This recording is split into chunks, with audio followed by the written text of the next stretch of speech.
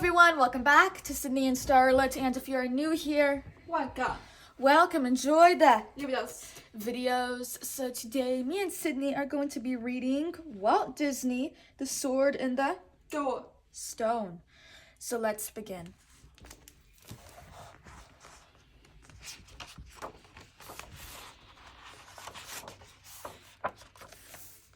Many, many centuries ago, England was still covered with thick forests, and London was only a small town.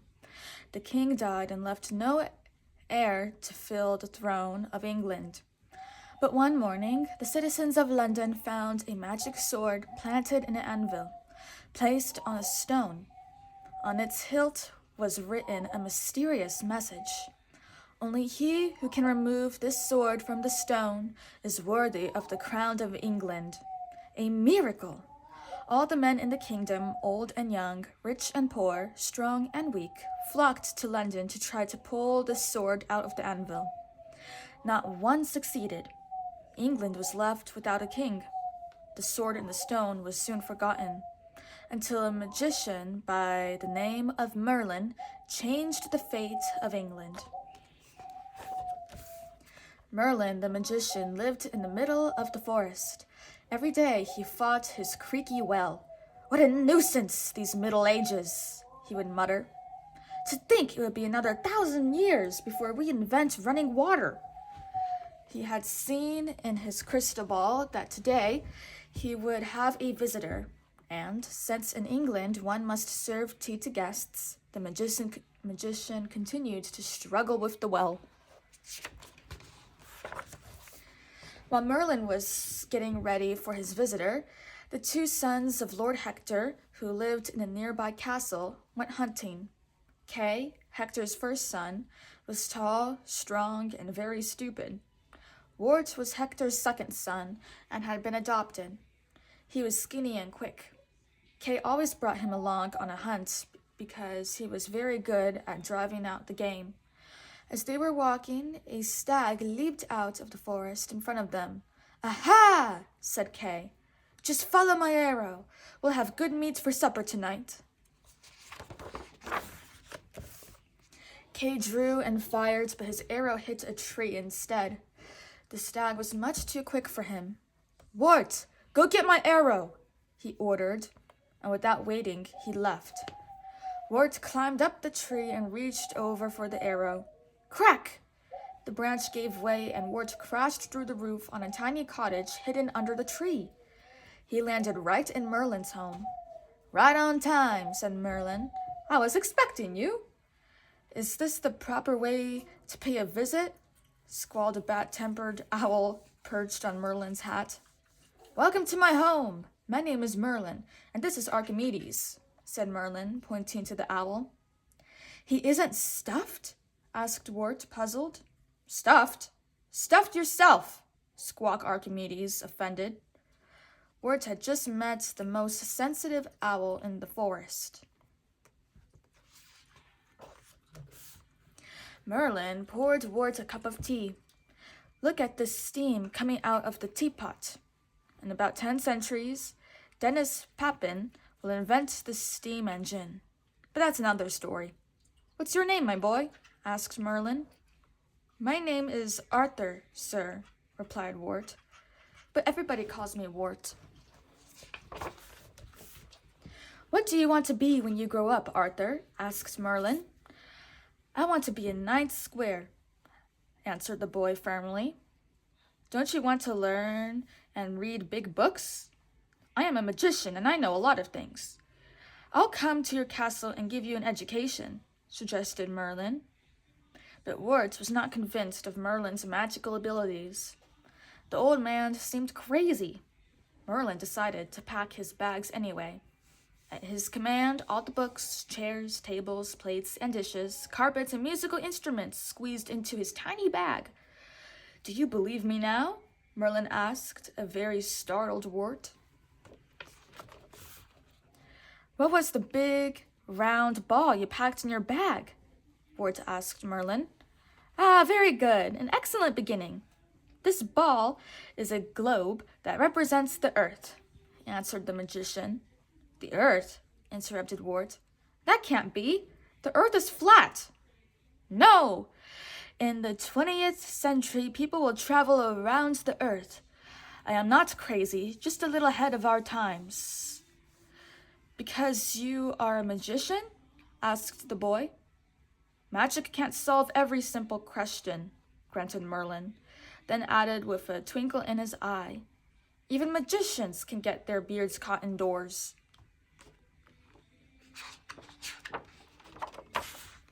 Come on, my boy, show me the way to your castle, said Merlin. Don't you know the way? Asked Wart. I don't know everything. Let's first cross this pond. Follow me, he ordered. Much to Wart's surprise, Merlin walked on the water. The boy was even more amazed when he found out he too could walk on the water.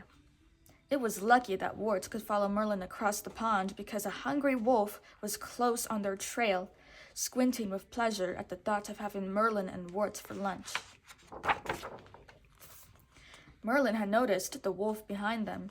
He ran to a precipice and jumped over it. Wart followed him with a great big leap, but the wolf, afraid of heights, did not dare to jump. He howled with rage as he saw his lunch set off on the soft green grass on the other side of the precipice. Or precipice. I don't know. By the time the wolf had found his way around the precipice, Merlin and Wart were very close to the castle. Never go near castles, the wolf's grandmother had warned him. They are too dangerous for wolves. His grandmother's words cut his appetite short. He had remembered just in time. In the castle's great hall, Lord Hector was drinking to Kay's good health. Kay had just gulped down 14 appetizers and now waited for the main dish. The main dishes. Wart stepped forward and introduced Merlin. Welcome to my home, Lord Marvin, stuttered Hector. Merlin. Oh, Marvin, stuttered Hector. Merlin, corrected the magician. Yes, Marvin. What can I do for you? Asked Hector. I would like to instruct this young man, replied Merlin. He is very gifted. What? Laughed Hector. Gifted? He is only gifted to wash dishes, this boy. He wants to become a knight square, insisted Merlin. Certainly not, bellowed Hector. This boy belongs in the kitchen. Now leave my castle immediately. Merlin raised his magical wand and whispered a very ancient magical formula. Abracadabrus, abracadabri, abracadabro, abracadabra. Within seconds, snow started to fall on Kay and Hector. The snowflakes were as big as partridge eggs. Very quickly, the hall looked like cold steppes of central Siberia. Enough! Hector cried out. Please stop the snow. I promise I'll let you teach the boy, Marvin. Thank you, said Merlin, and he lowered his magical wand. Where can I stay? Lord Hector did not want to live near Merlin. After some thought, he offered Merlin the north tower of the castle, which shook and rattled and threatened to tumble down at each thunderstorm. Merlin said nothing, but Archimedes was insulted. Quiet, Archimedes. Put away our books, ordered Merlin. But it rains on the table, and you hate wet sugar in your tea. This is scandalous, grumbled the owl. Archimedes, enough, said Merlin. This tower is now our new home. Understood? Let's put away these books in a dry place. Every morning, Wart climbed up to the wobbly staircase that led to Merlin's tower. He studied with his teacher.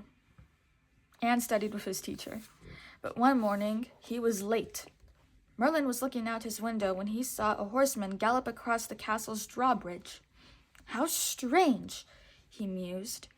He can't be the mailman delivering the newspaper. The first edition of The Times won't come out for another 12 centuries.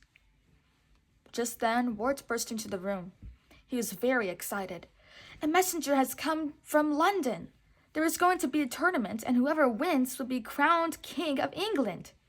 Kay wants to go. I'll be his square. Or squire.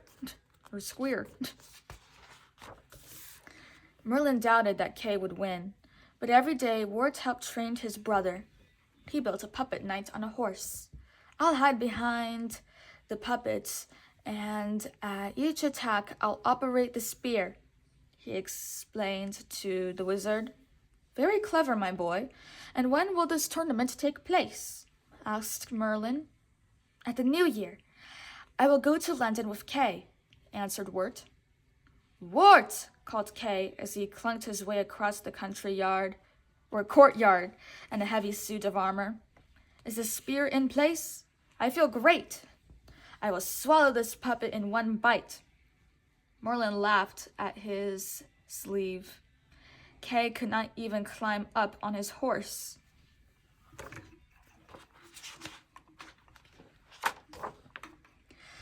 The following day, Wart found a huge pile of dirty dishes in the kitchen. Kay and Lord Hector had feasted again the night before. No trading or studying for me today, sighed Wart. He ran to the tower to tell Merlin. Merlin was very angry. Education is more important than washing dishes, he said. Take me to the kitchen at once. I'll take care of this chore, my boy. I'm going to show you the forerunner of the dishwashing machine, he said with a chuckle. He pointed his magical wand at a huge wooden tub, which slowly lifted off the ground. Soap tub, he ordered, and the tub filled with hot soapy water. At my command, dishes, fly, brushes, scrub. Merlin was very pleased with his invention. He told Wart, my dear boy, you no longer have anything to do here. Let's go study nature.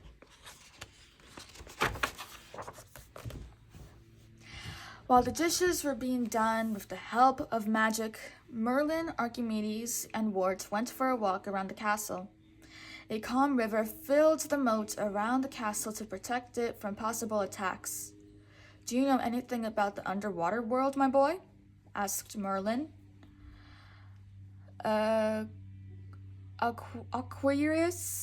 Aquactus, Fishonkis, however you say that, said Archimedes, proud of his Latin.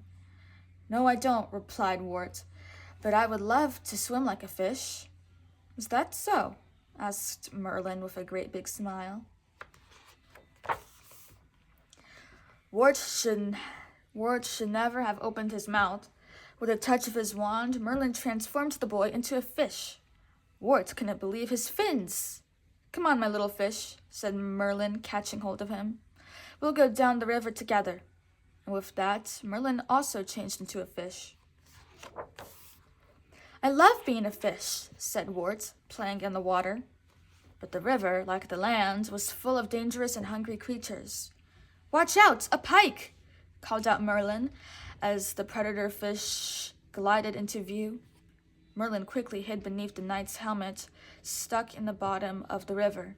The pike headed for Wart with his jaws wide open and his 2 rows of formidable teeth gleaming in the water. Quick, Wart, yelled Merlin. Use your dorsal fins to gain speed. Quick, swim away! Wart flipped his fins and wiggled his tail, but there was nothing he could do. The pike was more powerful than the little, inexperienced fish. All of a sudden, Wart saw a lost arrow stuck in some algae. With his tail, he pushed the arrow into the monster's open mouth, so the pike could not close his jaws. Merlin was very proud of his pupil's cleverness.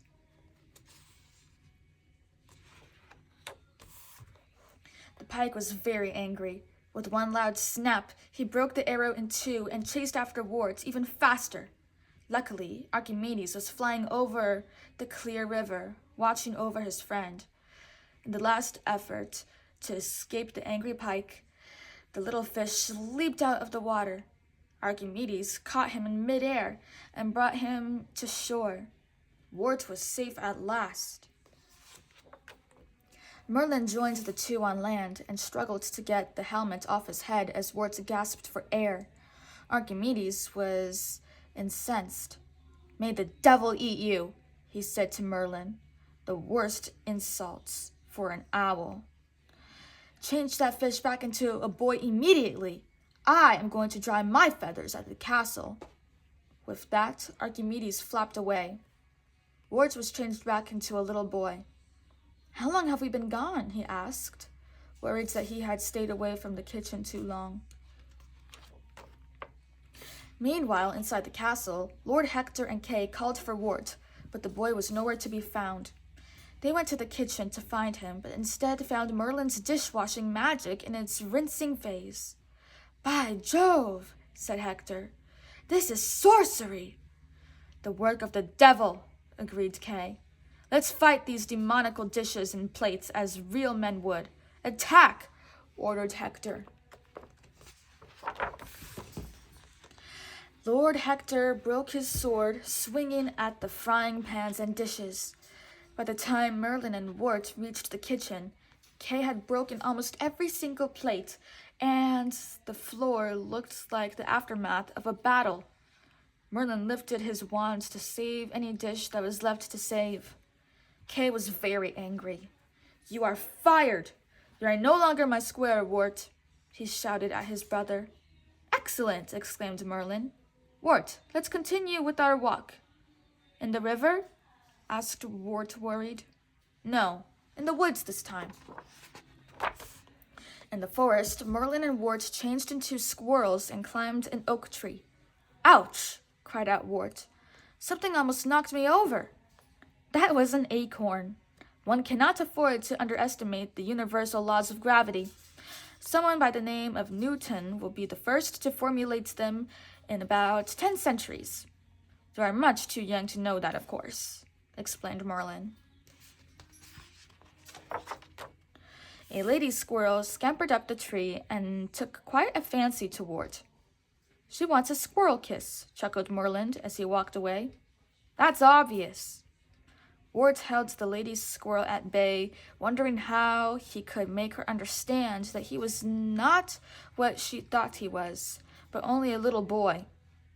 After all, it's his problem, not mine, thought Merlin as he hid in the foliage. The lady squirrel was the least of Wart's problems. The lean and hungry wolf was waiting for Wart at the foot of the tree.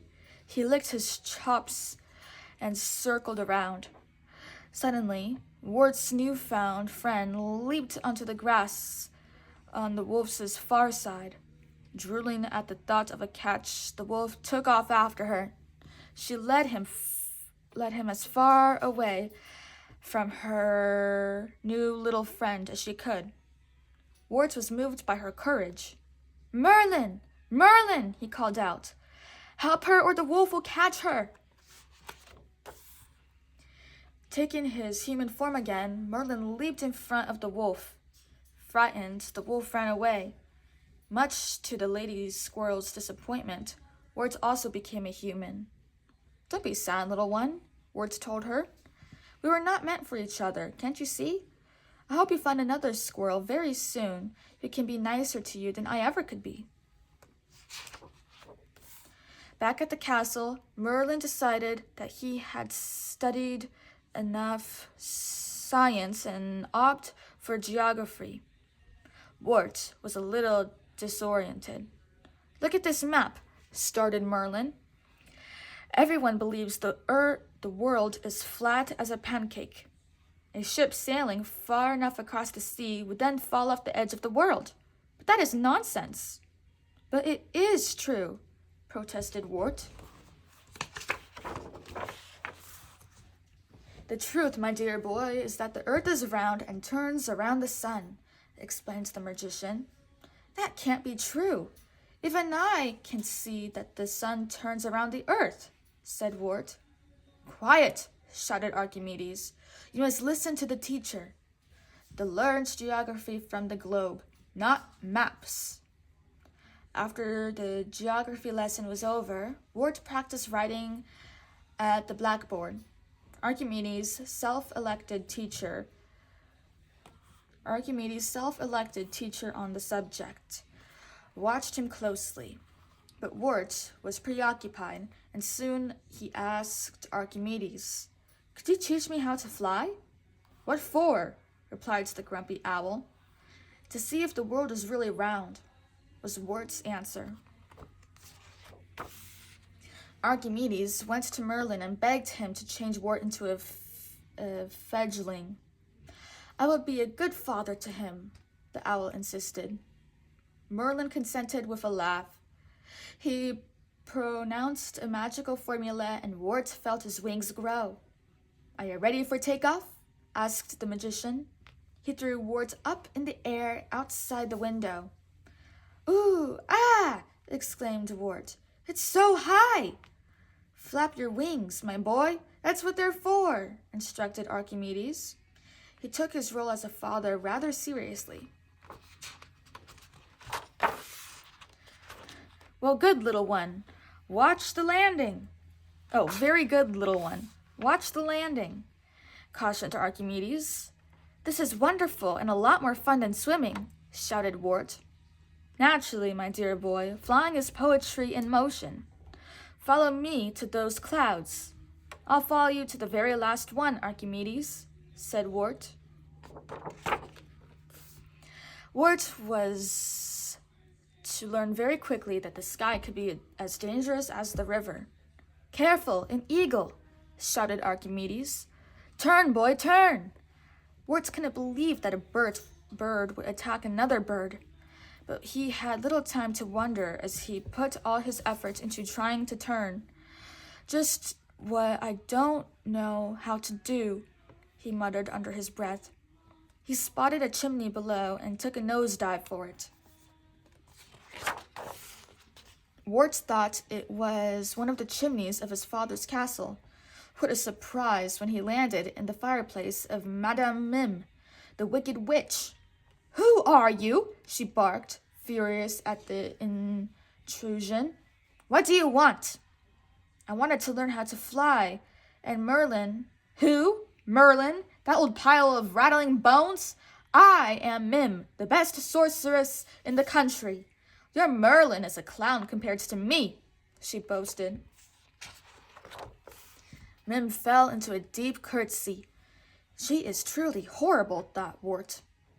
"Don't you believe me capable of magic?" she questioned. She grew so large that she filled up the cottage and then shrunk to the size of a hairpin. Wart could barely see her. "Am I not the best witch in the country?" she asked, showing her only tooth in a wide smile. "I am very tempted to keep you hostage.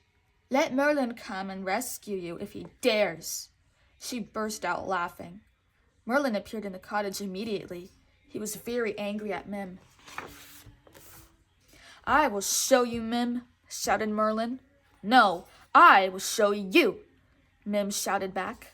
The two enemies agreed to a duel of magic, a duel in which the only weapon was the power of metamorphosis. "Let me remind you of the rules," said Mim. "Number 1, it is forbidden to disappear. And number 2, it is forbidden to change into animals that don't exist." "I know that," mumbled Merlin. "I also know that you are a cheat and a liar." "Let's get started," laughed Mim in reply. "I can't wait to make a fool of you in front of someone." Mim and Merlin stood back to back, ready to take the 10 steps before they could begin the duel. The count began.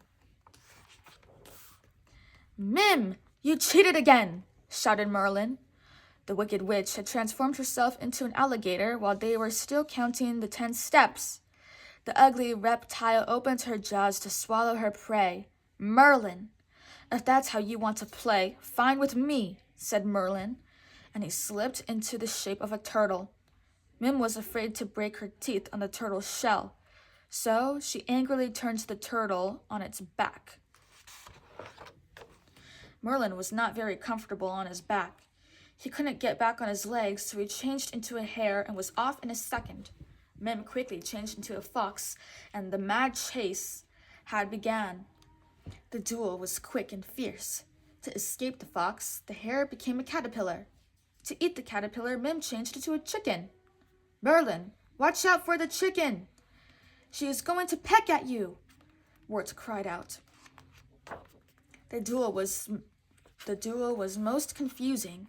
Tiger against mouse, crab against eel, rhinoceros against crab, and at last, ram against rhinoceros. Merlin the ram butted Mim the rhinoceros right into a tree. Mim couldn't move. Humiliated and furious, she changed herself into a fiery dragon and spat flames at her enemy. But Merlin was not finished yet. He changed into a virus.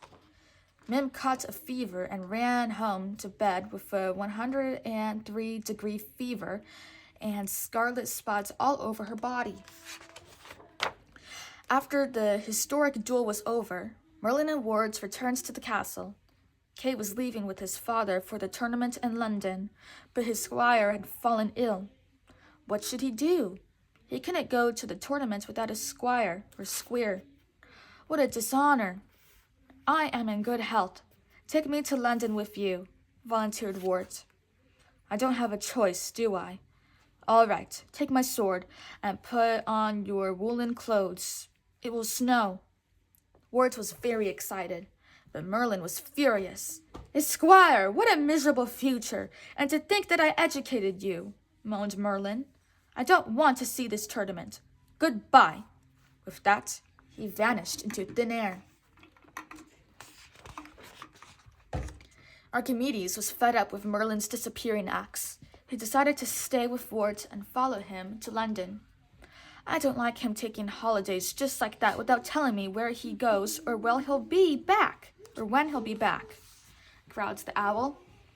Along the way, when they arrived at the tournament, Wart saw that he had forgotten Kay's sword at the inn where they had stayed the night before. But which inn was it? They all looked alike in London. Wart was anxious to find the sword in time for the tournament. Archimedes flew over to help him. Follow me, he called to Wart. I found a sword nearby. Kay is so stupid that he won't notice the difference. Archimedes led Wart to a large stone. On it stood an anvil, and in the anvil was a sword. But it's an old sword, said Wart, disappointed. It doesn't even look like Kay's. That doesn't matter. Kay's too stupid to tell them apart. Go ahead, take it, insisted Archimedes. Wart gently took hold of the sword. Pull! Don't be afraid to take it out of the anvil, insisted Archimedes. As if by magic, Wart slowly pulled the sword out of the anvil. Wart was frightened. It looks like a magical sword, he whispered. He looked around to see if the magician had played his trick on him, but saw no one. Merlin has nothing to do with this, assured Archimedes. He went for a walk in the future, that madman. Don't worry about him. Take the sword to Kay. Now. Wart did as Archimedes told him. Better late than never, grunted Kay when he saw them. I would have to cut off your nose if you had lost my sword. Lord Hector, however, was a little more observant than his son. He took the sword and carefully examined it. This is not your sword, Kay, he declared. This sword is an antique. Where did you steal it from, you little scoundrel?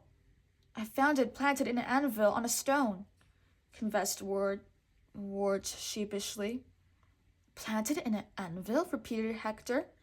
It sounds like the devil's work to me. Let's have a look. Wart led Hector and Kay to the anvil. Carefully, he slid the sword back into place. Word of the long-forgotten sword soon spread across town. Each and every knight came to try and pull the sword out, but all failed. Finally, Wart stepped forward and quietly grasped the hilt of the sword. Without effort, he slipped it out of the anvil. A miracle! Shouted the crowd. The boy will be our king. What is your name, my boy? Asked a knight. Arthur! Long live Arthur, the King of England! Cheered the crowd. The young boy was triumphantly carried to his future palace. In later years, he would live wonderful adventures at the head of the Knights of the Round Table. But for the moment, he was very much entangled in his royal cloak and rather uncomfortable with his new authority. How he wanted Merlin to be with him. He still needed a teacher to show him how to be a king. Merlin heard his pupil's wish and canceled his stay in the future so abruptly that he did not have time to change his clothes. When Merlin changed back into clothes more suited to his own self, Archimedes advised Wart to quietly slip away if his new responsibilities were too frightening. The young boy was very tempted to follow the owl's advice, but it was too late. Merlin came forward carrying the crown of England. "Hold up your head and stand up straight," he said. "I hereby crown you Arthur, King of England. Remember that you will become as legendary as myself." When the crowning ceremony was over, Merlin returned to his cottage in the woods and to his dusty old books. He often thought about the young king who had been his best pupil ever. Good old King Arthur, he would chuckle to himself. To think he dropped in through the roof and almost into my cup of tea. When was that? The day before last, perhaps? The end. So that is it for today, everyone. I really hope you all enjoyed it, and we'll see you all next time. Bye-bye. Bye-bye. Pick out your favorite page.